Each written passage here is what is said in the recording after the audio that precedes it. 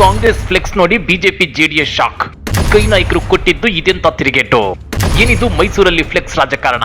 ಒಂದು ಫ್ಲೆಕ್ಸ್, ಆ ಒಂದೇ ಒಂದು ಫ್ಲೆಕ್ಸ್ ಕಮಲದಳ ನಾಯಕರ ನಿದ್ದೆಗೆಡಿಸುತ್ತಿದೆ. ಆ ಒಂದೇ ಒಂದು ಫ್ಲೆಕ್ಸ್ ಕಮಲದಳ ನಾಯಕರ ಪಾದಯಾತ್ರೆಯಲ್ಲಿ ಅಲ್ಲೋಲ ಕಲ್ಲೋಲವನ್ನೇ ಸೃಷ್ಟಿ ಮಾಡಿದೆ. ಕಾಂಗ್ರೆಸ್ ನಾಯಕರ ಆ ಒಂದು ಫ್ಲೆಕ್ಸ್ ಬಿಜೆಪಿ ಜೆಡಿಎಸ್ ನಾಯಕರ ನಾಳಿನ ಸಮಾರೋಪ ಸಮಾರಂಭದಲ್ಲಿ ಕಿಚ್ಚು ಹಚ್ಚೋ ಸಾಧ್ಯತೆ ಇದೆ. ಹಾಗಾದ್ರೆ ಯಾವುದು ಆ ಫ್ಲೆಕ್ಸ್ ಅಂದ್ರ ಅದನ್ನ ಡೀಟೇಲ್ ಆಗಿ ತೋರಿಸ್ತೀವಿ. ಆದ್ರೆ ಅದಕ್ಕಿಂತ ಮೊದಲು ಹಲೋ ಕನ್ನಡ ಯೂಟ್ಯೂಬ್ ಚಾನಲ್ ಅನ್ನ ಸಬ್ಸ್ಕ್ರೈಬ್ ಮಾಡ್ಕೊಳ್ಳಿ.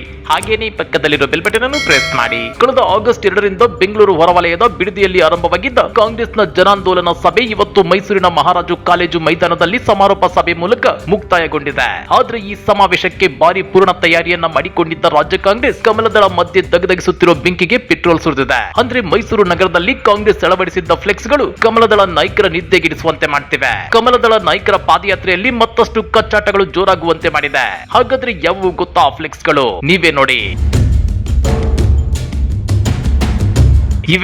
ಇವೇ ಫ್ಲೆಕ್ಸ್ಗಳು ನೋಡಿ ಕಮಲದಳ ಪಕ್ಷಗಳ ನಾಯಕರ ನಿದ್ದೆಗೆಡಿಸುತ್ತಿರೋದು. ಮೈಸೂರಿನಲ್ಲಿ ವಿವಿಧ ವೃತ್ತಗಳಲ್ಲಿ ರಾತ್ರೋರಾತ್ರಿ ದೊಡ್ಡ ದೊಡ್ಡ ಈ ಫ್ಲೆಕ್ಸ್ಗಳು ತಲೆ ಎತ್ತಿ ನಿಂತಿವೆ. ದೇವೇಗೌಡರ ಕುಟುಂಬದ ಭೂಕಬಳಿಕೆಯ ಪಕ್ಷಿ ನೋಟ ಎನ್ನುವ ಶೀರ್ಷಿಕೆ ಅಡಿಯಲ್ಲಿ ಫ್ಲೆಕ್ಸ್ ಜಾಹೀರಾತು ಬಿಡುಗಡೆಯಾಗಿದೆ. 2023 ಫೆಬ್ರವರಿ ತಿಂಗಳಲ್ಲಿ ಬಿಜೆಪಿ ನೀಡಿದ್ದ ಪ್ರಕಟಣೆ ಅಂತೇಳಿ ಫ್ಲೆಕ್ಸ್ ನಲ್ಲಿ ಹಾಕಲಾಗಿದೆ. ಮಹಾರಾಜ ಮೈದಾನ, ರಾಮಸ್ವಾಮಿ ಸರ್ಕಲ್ ಸೇರಿದಂತೆ ಮೈಸೂರಿನ ವಿವಿಧೆಡೆ 25 ಫ್ಲೆಕ್ಸ್ ಗಳನ್ನ ಹಾಕಲಾಗಿದೆ. ಮಾಜಿ ಪ್ರಧಾನಿ ದೇವೇಗೌಡ, ಮಾಜಿ ಸಿಎಂ ಎಚ್ ಡಿ ಕುಮಾರಸ್ವಾಮಿ, ಮಾಜಿ ಸಚಿವ ಎಚ್ ಡಿ ರೇವಣ್ಣ ಅವರು ತಮ್ಮ ಆಡಳಿತಾವಧಿಯಲ್ಲಿ ನಡೆಸಿದ ಭೂ ಹಗರಣದ ವಿವರ ಜನತಾ ದರ್ಶನದ ಪರಾಮರ್ಶೆಗಾಗಿ ಪ್ರಕಟಿಸಲಾಗಿದೆ ಎನ್ನುವ ಒಕ್ಕಾಣಿಯನ್ನ ಫ್ಲೆಕ್ಸ್ ನಲ್ಲಿ ಹಾಕಲಾಗಿದೆ. ಮೂಡ ಹಗರಣ ರಾಜ್ಯದಲ್ಲಿ ಸದ್ದು ಮಾಡುತ್ತಿದ್ದಂತೆಯೇ ಸಿದ್ದರಾಮಯ್ಯ ಸರ್ಕಾರ ಮೂಡ ಫಲಾನುಭವಿಗಳ ಪಟ್ಟಿಯನ್ನ ಬಿಡುಗಡೆ ಮಾಡಿತ್ತು.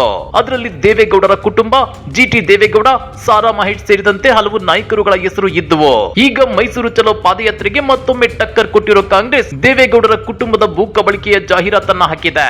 ಇದು ಬಿಜೆಪಿಯ ಈ ಹಿಂದಿನ ಪ್ರಕಟಣೆ ಆಗಿರುವ ಹಿನ್ನೆಲೆಯಲ್ಲಿ ಮೈತ್ರಿ ಪಕ್ಷಗಳು ಭಾರಿ ಮುಜುಗರಕ್ಕೀಡಾಗುವಂತಾಗಿದೆ. ಕರ್ನಾಟಕ ರಾಜ್ಯದಲ್ಲಿ ವಿರೋಧ ಪಕ್ಷ ಜೆಡಿಎಸ್ ಶ್ರೀಸಾಮಾನ್ಯರಲ್ಲಿ ಅನಗತ್ಯ ಗೊಂದಲ ಮೂಡಿಸುತ್ತಿದೆ. ಖುದ್ದು ಭೂ ಹಗರಣದಲ್ಲಿ ಭಾಗಿಯಾಗಿರುವ ಇವರ ಮಾತುಗಳು ದೆವ್ವದ ಬಾಯಲ್ಲಿ ಭಗವದ್ಗೀತೆ ಕೇಳುವಂತಾಗಿದೆ ಅಂತೇಳಿ ಬಿಜೆಪಿ ಈ ಹಿಂದಿನ ಪ್ರಕಟಣೆಯಲ್ಲಿ ಹಾಕಿತ್ತು.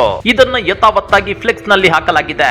ಇದರ ಜೊತೆಗೆ 9 ಡಿನೋಟಿಫಿಕೇಶನ್ ವಿವರಗಳು ಅಂತೇಳಿ ಮೂಡ ಸರ್ವೆ ನಂಬರ್ ಸೇರಿ ಎಲ್ಲಾ ನಿವೇಶನದ ಮಾಹಿತಿಯನ್ನ ಫ್ಲೆಕ್ಸ್ ನಲ್ಲಿ ಹಾಕಲಾಗಿದೆ. ಮುಂಜಾಗೃತಾ ಕ್ರಮವಾಗಿ ಫ್ಲೆಕ್ಸ್ ಹಾಕಿರುವ ಕಡೆ ಪೊಲೀಸ್ ಬಸ್ ಮೂಲಕ ಅದನ್ನ ಮರೆಮಾಚುವ ಕೆಲಸವನ್ನ ಪೊಲೀಸರು ಮಾಡುತ್ತಿದ್ದಾರೆ. ನನಗೆ ಕೈಗಾರಿಕಾ ಜಮೀನು ನೀಡಲಾಗಿದೆ, ಅದಕ್ಕೆ ಸಂಬಂಧಪಟ್ಟ ಶುಲ್ಕವನ್ನ ನಾನು ಈಗಾಗಲೇ ಪಾವತಿಸಿದ್ದೇನೆ, ಹಾಗಾಗಿ ಸ್ವಾಧೀನ ಪತ್ರ ನೀಡಬೇಕು ಅಂತೇಳಿ ಕುಮಾರಸ್ವಾಮಿ ಅವರು ಮೂಡ ಅಧಿಕಾರಿಗಳಿಗೆ ಬರೆದ ಪತ್ರವನ್ನು ಫ್ಲೆಕ್ಸ್ ನಲ್ಲಿ ಸೇರಿಸಲಾಗಿದೆ.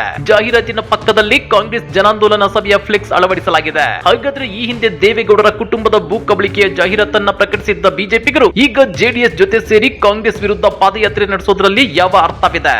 ಇವರದ್ದು ರಾಜಕೀಯ ದುರುದ್ದೇಶ ಪೂರಿತ ಪಾದಯಾತ್ರೆ ಅಲ್ವಾ? ಕಮೆಂಟ್ ಮಾಡಿ, ವಿಡಿಯೋ ಲೈಕ್ ಮಾಡಿ, ಶೇರ್ ಮಾಡಿ. ಇಂಥ ಮತ್ತಷ್ಟು ರೋಚಕ ರಾಜಕೀಯ ಸುದ್ದಿಗಳನ್ನ ಮಿಸ್ ಮಾಡದೆ ನೋಡ್ಬೇಕು ಅಂದ್ರೆ ಹಲೋ ಕನ್ನಡ ಯೂಟ್ಯೂಬ್ ಚಾನಲ್ ಅನ್ನ ಸಬ್ಸ್ಕ್ರೈಬ್ ಮಾಡ್ಕೊಳ್ಳಿ.